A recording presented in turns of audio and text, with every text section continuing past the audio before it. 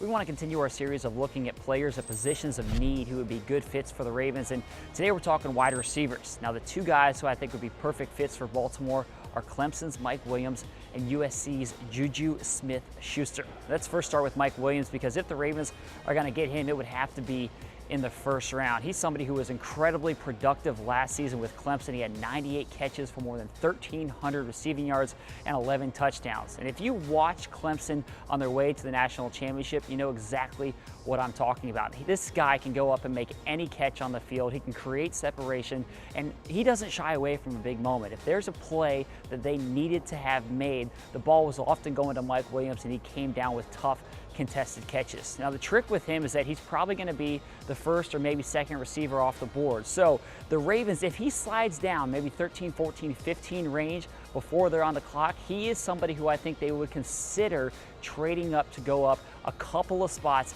and get him if he's there on the board.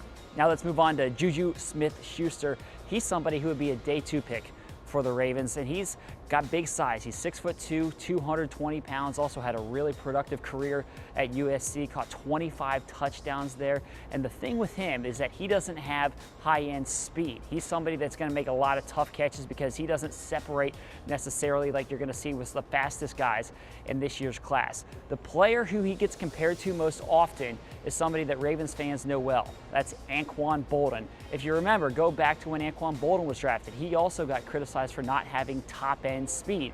Well, he ended up being a pretty good pick and has had a long, successful NFL career. So those are two guys, Mike Williams and JuJu Smith-Schuster, who I think would be good fits for the Ravens at wide receiver in this year's draft.